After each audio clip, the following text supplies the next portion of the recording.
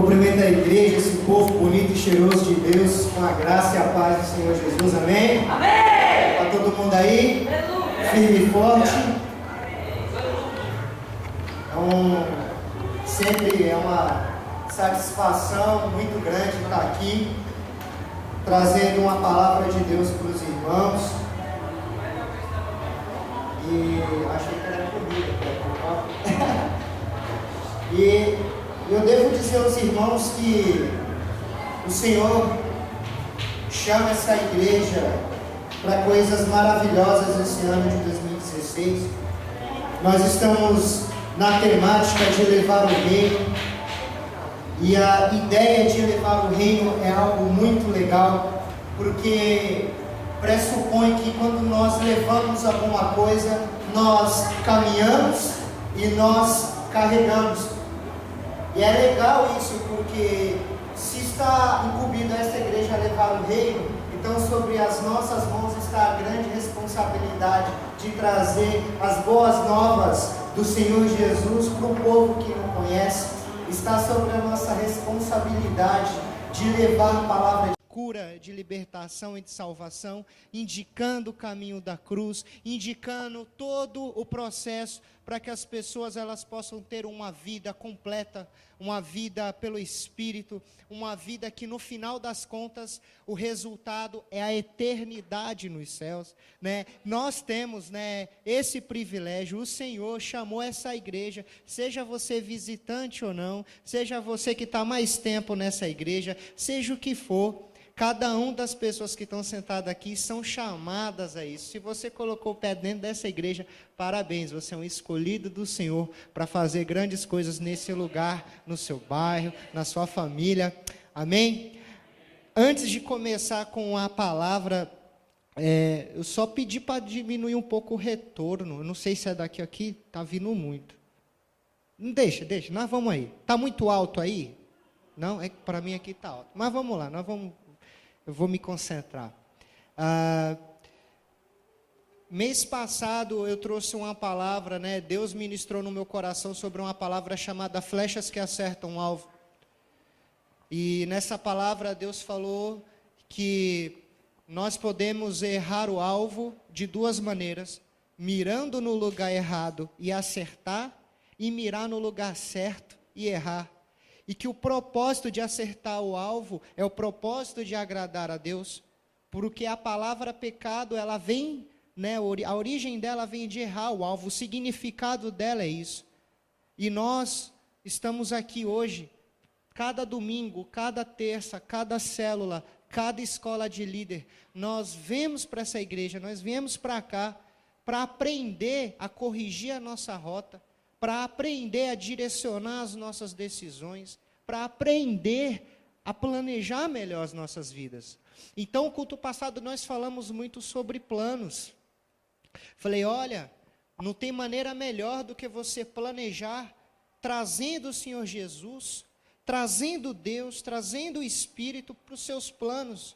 Chama Deus para escrever seus planos junto com vocês, né? E eu tenho certeza que quem fez isso recebeu uma direção de Deus. Eu tenho certeza que quem fez isso lembrou de um projeto, lembrou de um plano, lembrou de um sonho, lembrou de uma música, lembrou de alguma coisa que sabe que no fundo do seu coração foi um projeto de Deus. Foi um projeto de Deus. E é nisso que nós vamos conversar hoje. Nós vamos bater um papo sobre acertar o alvo, mas sobre uma outra perspectiva. Eu não vou dar agora o nome do título, é daqui a pouco, e para isso eu vou contar uma historinha aqui. Essa história ela é real, ela é verídica e ela aconteceu comigo. Há um mês atrás, mais ou menos, eu passei uns 10 dias assim com dificuldade para dormir.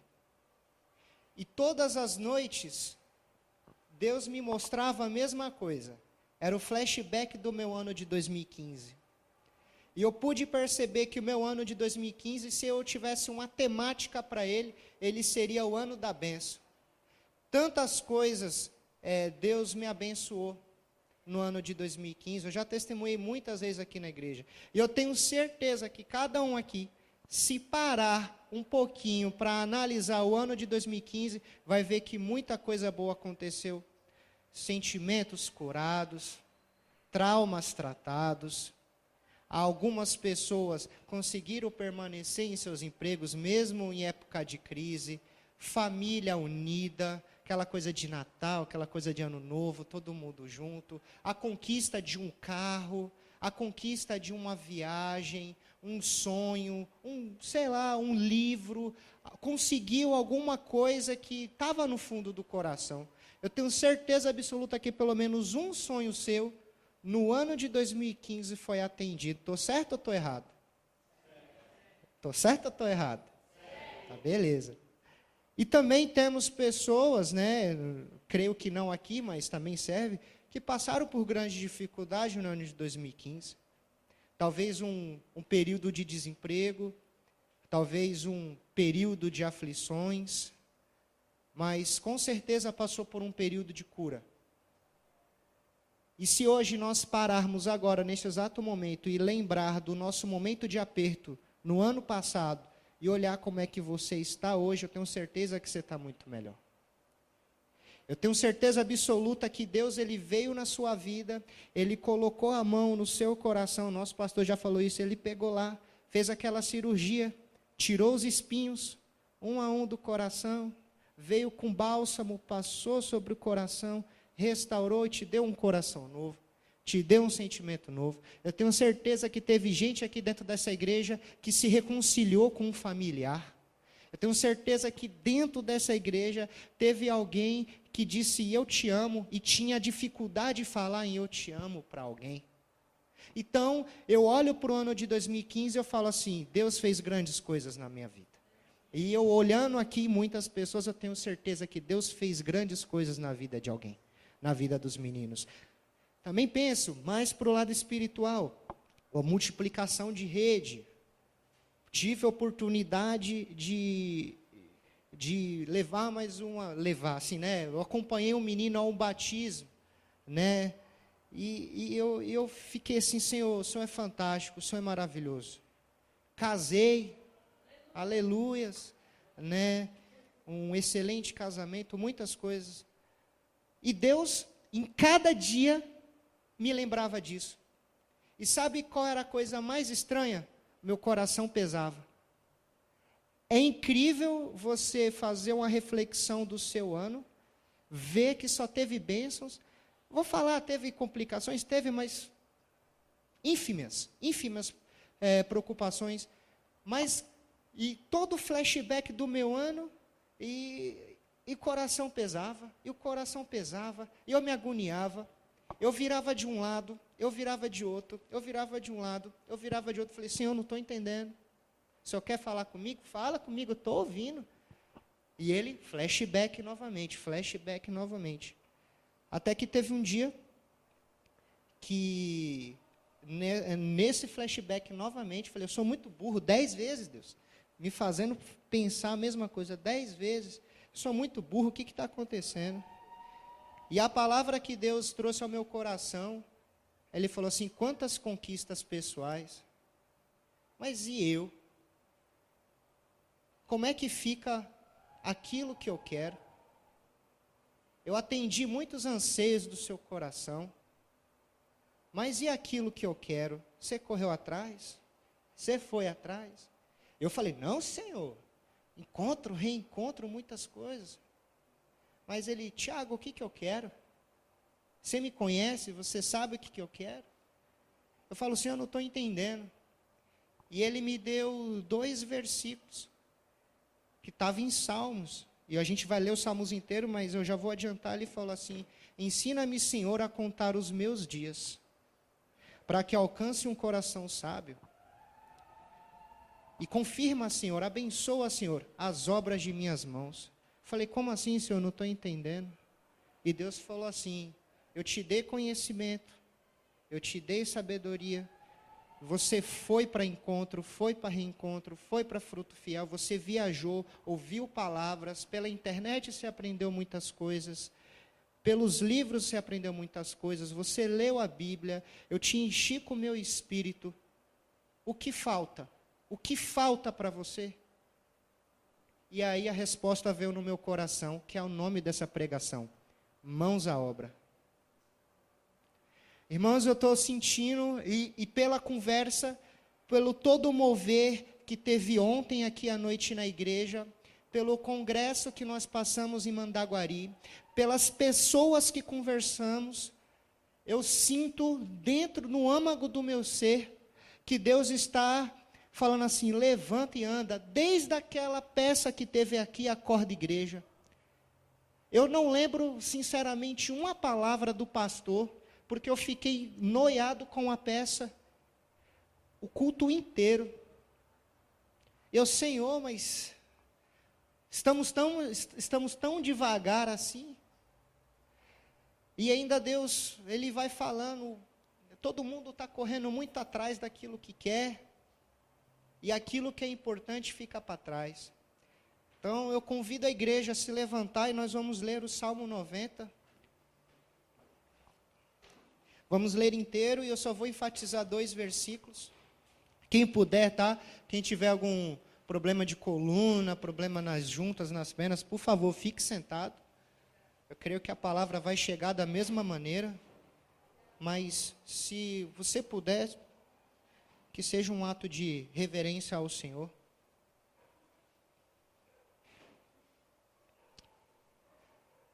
Amém? Vou ler. Eu ainda ouço uns barulhinhos de página, vou esperar mais um pouquinho. É importante que todos leamos. Eu vou ler na versão King James, né, que eu achei mais interessante. Diz assim a palavra do Senhor, Salmo 90, vou começar a partir do verso 1. Oração de Moisés, homem de Deus. Senhor, Tu tens sido o nosso abrigo, sempre, de geração em geração.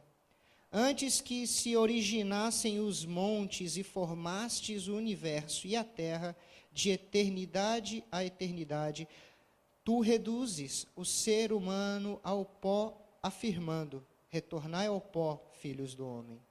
Verdadeiramente, 1000 anos aos teus olhos são como o dia de ontem, que já passou, e como as poucas horas das primeiras vigílias da noite. Tu arrastas os homens na correnteza da vida, são breves como o sono, são todos como a relva que brota com a alvorada, germina e floresce pela manhã, mas ao pôr do sol murcha e seca. Enquanto somos consumidos por tua ira e perante tua indignação ficamos pasmos. Tu conheces bem as nossas iniquidades, nossos pecados mais secretos não escapam à luz da tua face. Sim, todos os nossos dias dissipam-se diante do teu furor, findamos os anos com um suspiro. De fato, os dias de nossa vida chegam a 70 anos, 80 para os que têm mais saúde.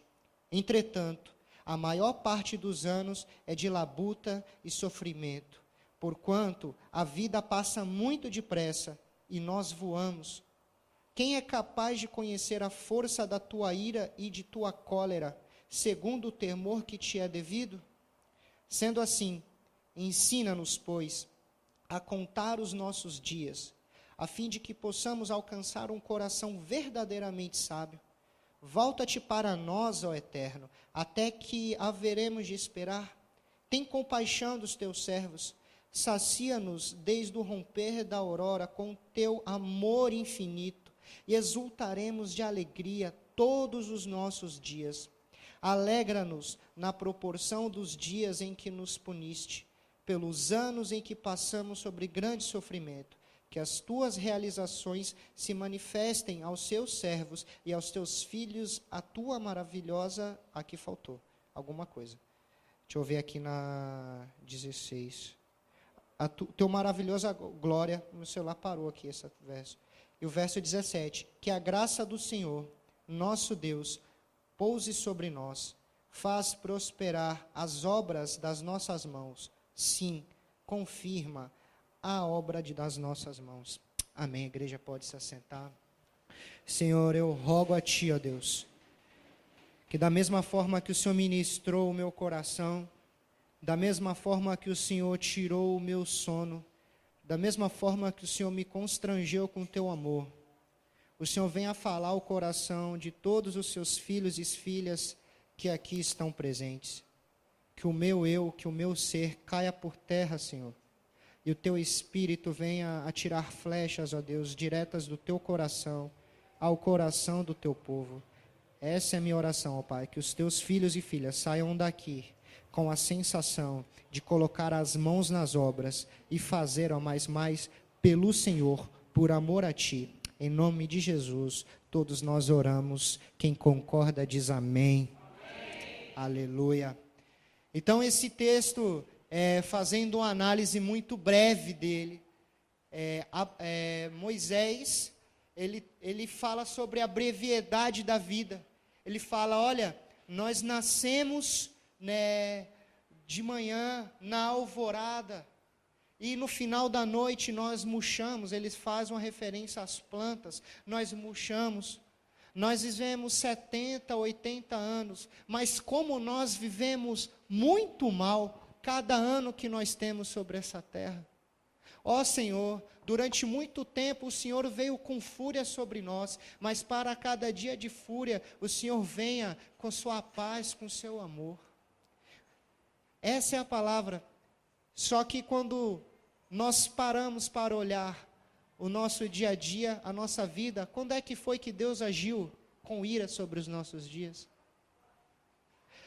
Os nossos dias, Deus já cumpriu a parte dele. Não tem ira sobre nós, não tem fogo descendo do céu, não tem irmão caindo morto aqui no altar, não tem ninguém passando fome, a provisão vem a cada dia. A gente acabou de lembrar do nosso ano de 2015, o quão abençoado foi o nosso ano de 2015. A ira do Senhor cessou há muito tempo.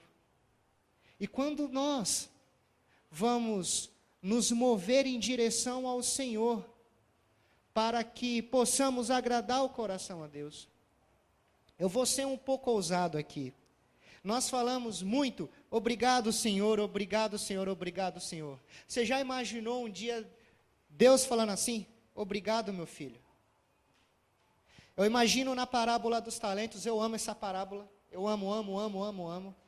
Deus, ele não fala obrigado, mas ele fala, servo bom e fiel, entra na alegria do teu Senhor. Deus ali, ele expressa a gratidão ao seu servo, por ter simplesmente multiplicado o talento que ele deu. Não se trata de quantidade, nunca, gente, nunca é quantidade. É simplesmente você multiplicar aquilo que você recebeu. A palavra de Deus diz, de graça recebi, de graça eu dou. Então hoje nós vamos aprender uma coisa aqui. Qual é o primeiro talento que cada um tem aqui? Quem arrisca a dizer? Não vale quem for, quem sabe. Quem está por aqui? É a própria vida. O primeiro talento que nós temos é a nossa vida. Tiago, nossa vida de qualquer jeito? Não, a nossa vida remida com o sangue do Cordeiro, onde preço nenhum paga. O sacrifício de Jesus, não há dinheiro no mundo que pague isso. Não há animal nenhum que vá equivaler o peso do sacrifício de Cristo. E esse sangue está sobre a tua vida. Mas eu quero introduzir esse assunto não de uma maneira errada. A Tita, ela falou aqui que nós vivemos sobre a graça. A graça de Deus está sobre nós. E a graça, uma das manifestações da graça, de fato, eu creio muito nisso, é o Espírito de Deus e é o sacrifício de Jesus. Porque nós não merecemos isso, mas Deus, de bom grado, nos ofereceu Jesus e o teu Santo Espírito. Então Deus, ele não soma crédito e ele não soma débito. O que é isso, Tiago? Crédito ou débito?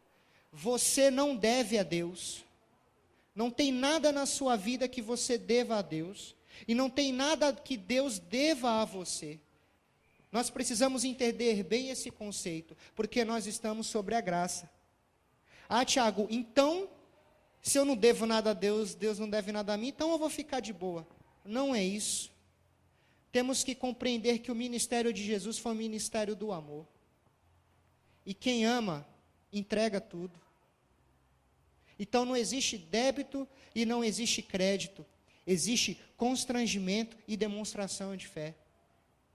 Os irmãos podem concordar comigo que Jesus, toda vez que ele fala que alguém é discípulo dele, alguém tem que fazer uma ação. Vocês serão achados como os meus discípulos, se amares uns aos outros. Vocês serão achados como os meus discípulos, se vocês derem frutos que permaneçam. E vocês me glorificarão quando der muito fruto. Então, Deus não é aquele cara que fala e deixa por falar. Ele cobra atos, ele cobra atitude. A atitude de amar, a atitude de servir, a atitude de se doar. Então, se nós não somamos créditos e nem débito com Deus, se nós não devemos nada, é lógico, devemos a nossa vida, mas eu estou falando em obras. Se nós não devemos nada a Ele e Ele a nós, nós estamos abertos a viver a história de amor que a Bíblia conta, a nossa reconciliação com o Pai. Ontem à noite nós estávamos conversando sobre obras. O Rafael leu o texto de Tiago, né? E a palavra diz que toda obra sem fé, ela é morta, e toda fé sem obra também é morta. A partir do momento que nós temos a consciência de que nós temos uma dívida moral com Deus, se nós somos constrangidos por Deus, a nossa vida tem que expressar isso de alguma forma.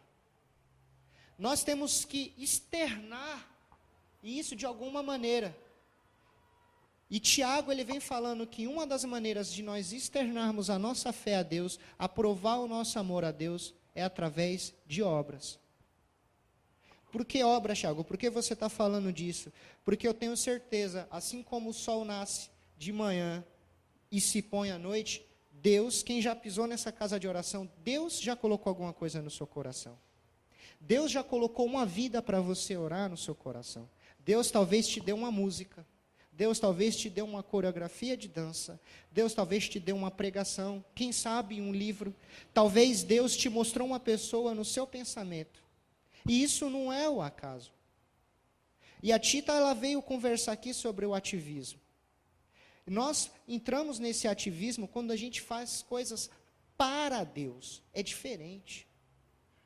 Se nós nos reunimos como igreja para fazer alguma coisa para Deus, isso é um senso de dever e obrigação. E Deus não espera disso, porque os primeiros sacrifícios do Antigo Testamento, antigamente era feito por amor. O cara separava o cabritinho, o bode, sei lá quem ele sacrificava lá, o melhor boi, a melhor vaca, era por amor a Deus. A história de Caim e Abel começou aí. As primícias, porque era de coração. Depois virou comércio. Não foi mais de coração. Não era por Deus, era para Deus. Era um senso de dever. As pessoas, inclusive, naquela época, programavam pecado. Já deixava o bicho separado, pecava, já ia lá sacrificar. Ou então, na frente do próprio templo, já deixava o bicho lá. Quando Jesus entra lá e chuta, sai chutando tudo no templo, é isso. O povo já na entrada do templo, já estava comercializando animais perfeitos. Para a pessoa só chegar lá, pagar, pronto, estou livre do pecado. O ativismo é assim também. Um louvor que nós fazemos para Deus, escuta o que eu estou falando, para Deus, é desse jeito. Os horários que nós não nos comprometemos a chegar, as desistências que nós temos, as recaídas, os desânimos, a morosidade, a boca murcha, a covardia. Isso expressa que você faz coisas para Deus e não faz por Ele. Porque quem faz por amor de alguém não faz com preguiça. Quem faz por amor faz com excelência. Todos aqui acredito que já se apaixonou por alguém. E na época da conquista, é hora que não faz nem conta. É cartão de... Não, passa no cartão, a gente se vira depois. Não, vamos lá, separa o melhor presente. Ou então quer agradar um pai ou a mãe. Filho que quer andar do carro com o pai, dá aquele talento. Eu sempre dava o talento, nunca andava. Né? Mas basta a gente pensar nisso e refletir hoje sobre o que a gente faz. É para Deus ou é por Deus? Porque também, através de nossas obras, nós demonstramos frutos de arrependimento que Jesus tanto cobra. Cadê os frutos de arrependimento? Cadê o perdão que sai da tua boca? Cadê um eu te amo que sai da tua boca? E aquele jejum que Isaías comenta, o verdadeiro jejum, o que adianta você jejuar e briga dentro de casa? O que adianta você se abster de comer e não alimenta um na rua? É isso que Deus está exigindo da igreja. Cadê o amor por mim? Os que levam reino são os que amam. Porque no momento que nós nos jogamos na obra de Deus, sabemos que não vai ter facilidade.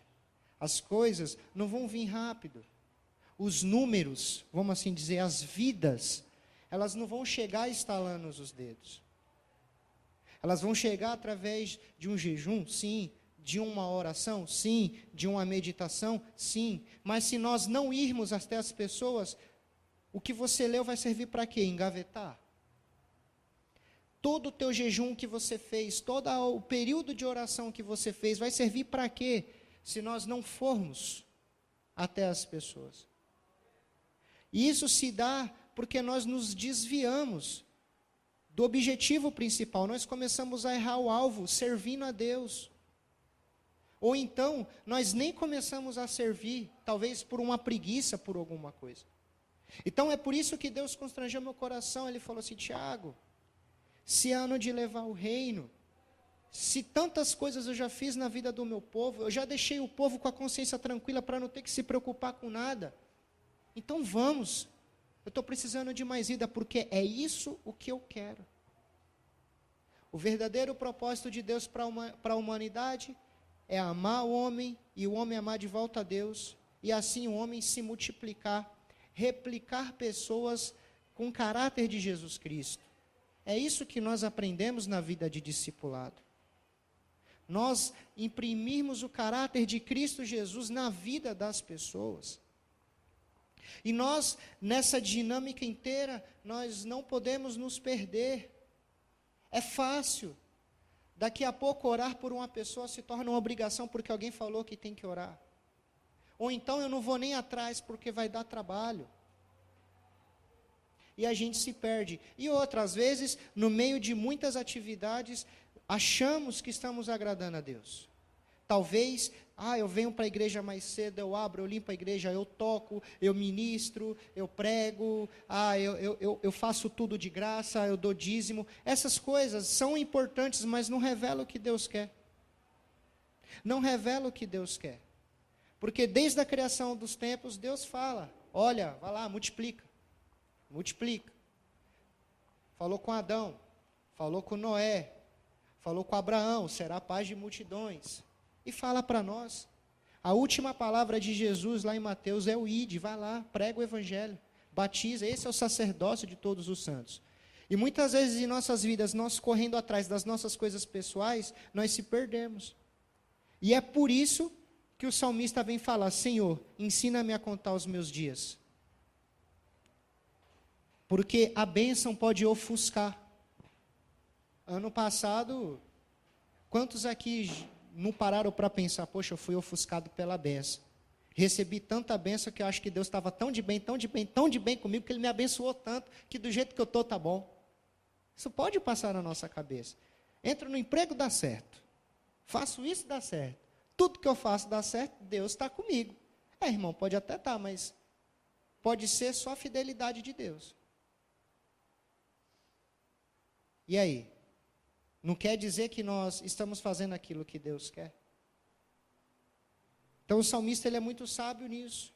Ensina-me, Senhor, a contar os meus dias, porque o tempo passa, eu corro atrás das minhas coisas, eu corro atrás dos meus afazeres, e quando o dia finda, talvez eu nem lembre de conversar e falar com o Espírito Santo de Deus.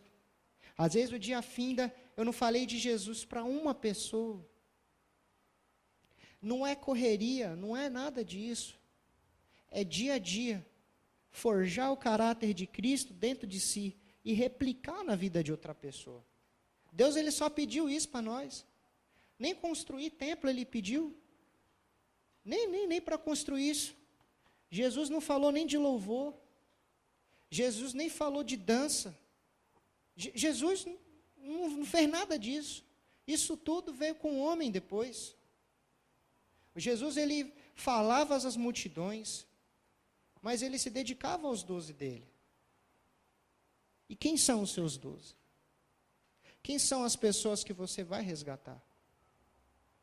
Porque essa é a forma de aprender a contar os dias. Quando o salmista fala, ensina-me a contar os meus dias, Senhor, me ajude a andar com sabedoria.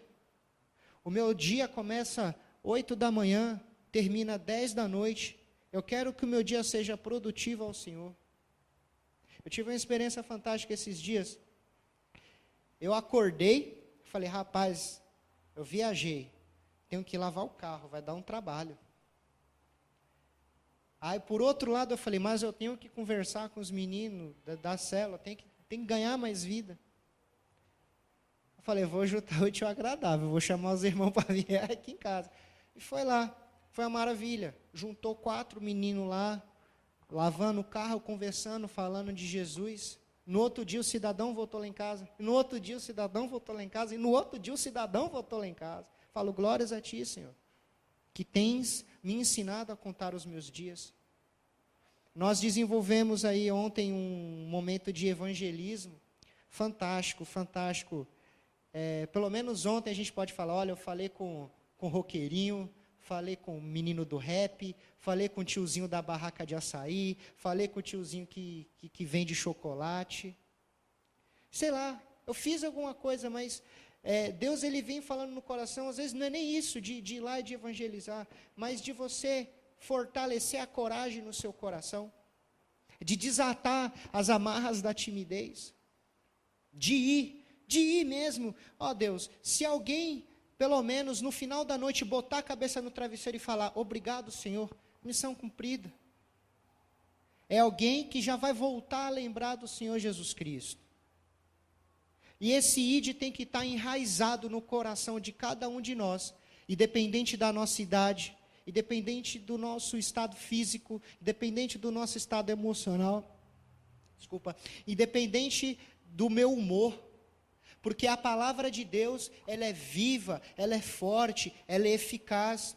A palavra do Senhor diz que a alegria do Senhor é a nossa força. E a palavra diz que quando um perdido se converte, tem festa no céu. E eu não consigo imaginar Deus triste tendo festa. Se tem festa, Deus está alegre. Se Deus está alegre, eu estou bem. Nós precisamos, às vezes, mudar o foco de buscar as nossas coisas da nossa vida e aplicar o nosso tempo para o reino, os nossos recursos, o meu pensamento, o meu sentimento, as minhas energias, as minhas forças. Sair de casa falando, hoje eu tenho que falar de Jesus para 3. E se eu encontrar um crente, esse crente vai ser desafiado a falar para mais 3. Porque é triste. As pessoas estão pervertendo o evangelho para fazer o anti-evangelismo. Ontem, o cara tentou me convencer a parar de evangelizar pela palavra de Deus. Eu falei, você está maluco, cara? Já viu isso? O anti-evangelismo com a Bíblia? O cara veio, vou contar a história, porque não lembro nem o nome do cidadão, é Ruiz Danés, sei lá o nome do cara lá.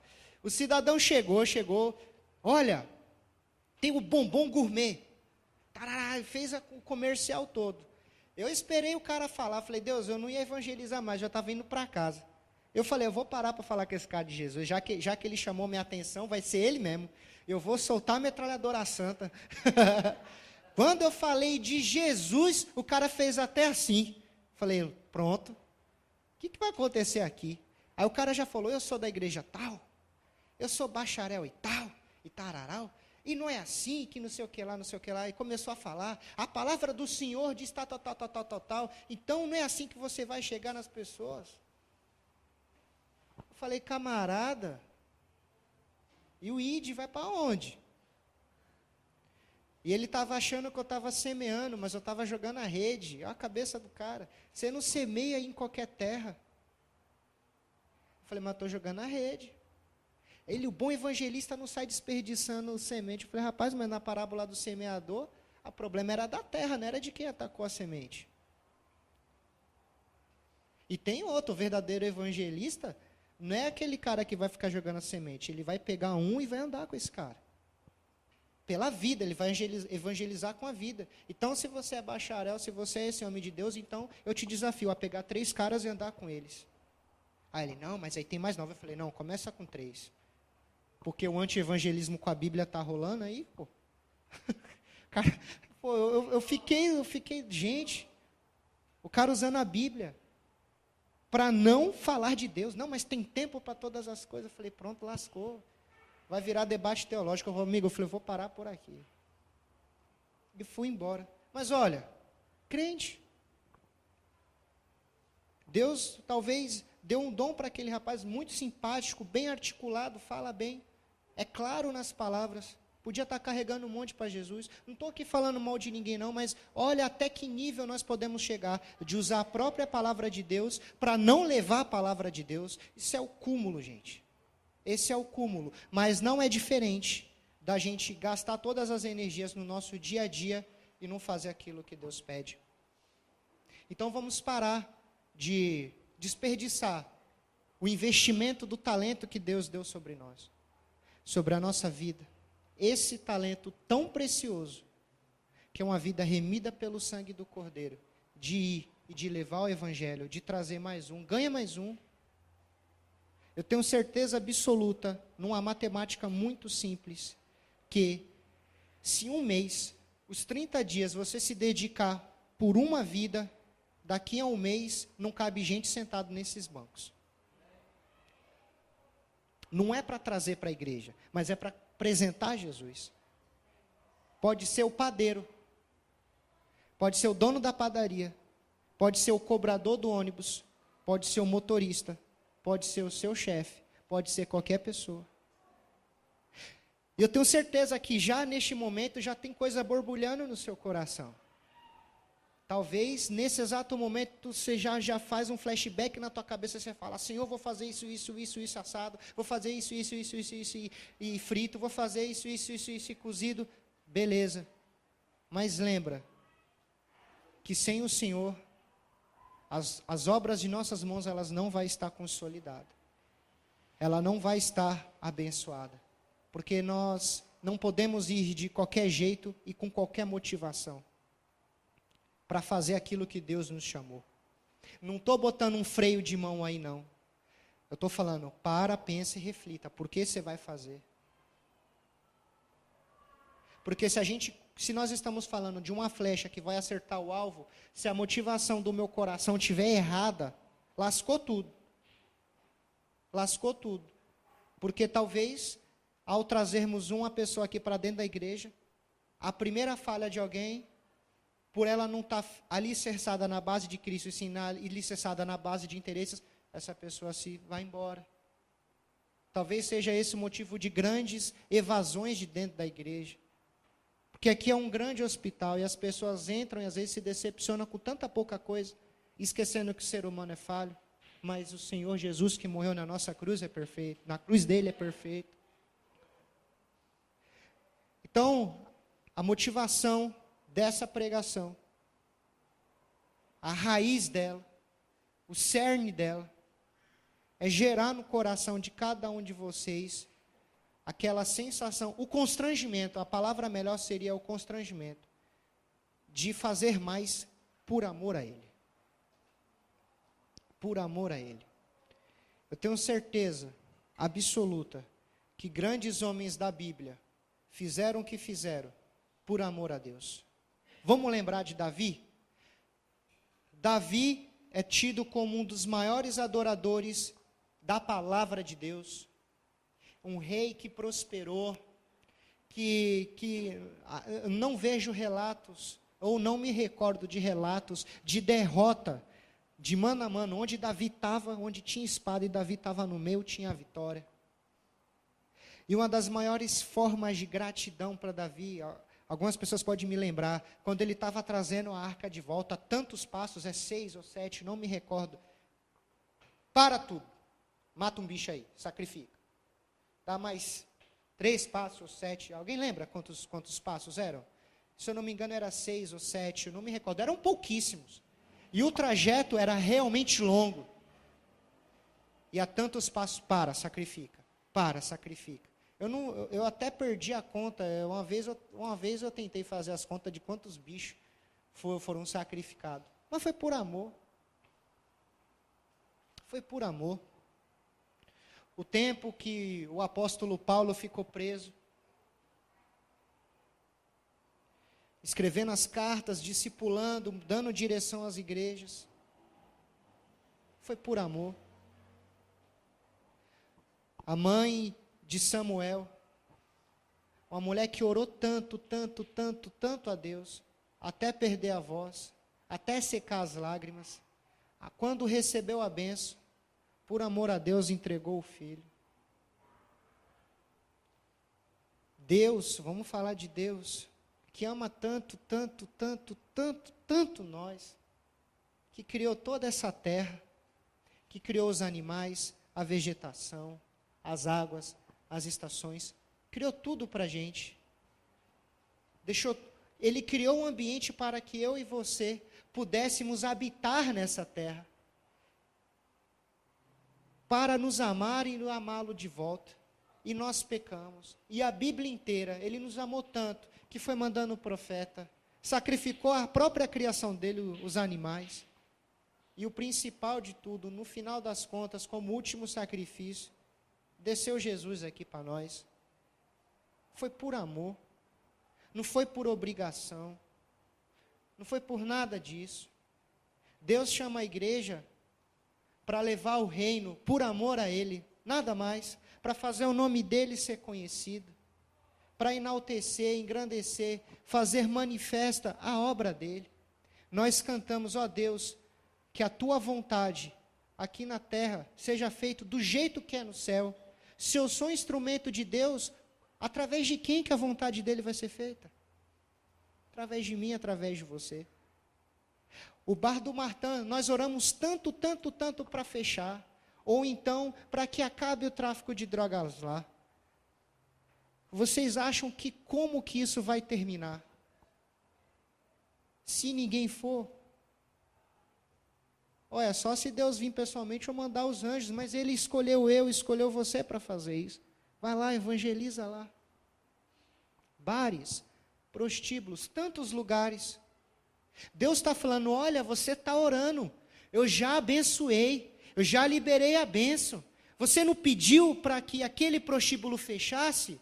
Então vai lá, mete a mão lá na parede, ora, evangeliza. Você não pediu para o bar fechar? Vai lá. O pastor Moisés, eu lembro, ele pregou aqui, vai na tua força, vai que eu estou contigo, varoa, varão valente, vai indo. E às vezes nós ficamos acuados na nossa timidez. A palavra de Deus diz que nós somos ungidos com espírito de ousadia, e não de covardia, não de timidez. Isso são laços que têm que ser quebrados em nossas vidas. Ontem eu percebi o quão é difícil às vezes você chegar para falar de Jesus para alguém. Daqui até a avenida, quantas pessoas eu atravessei.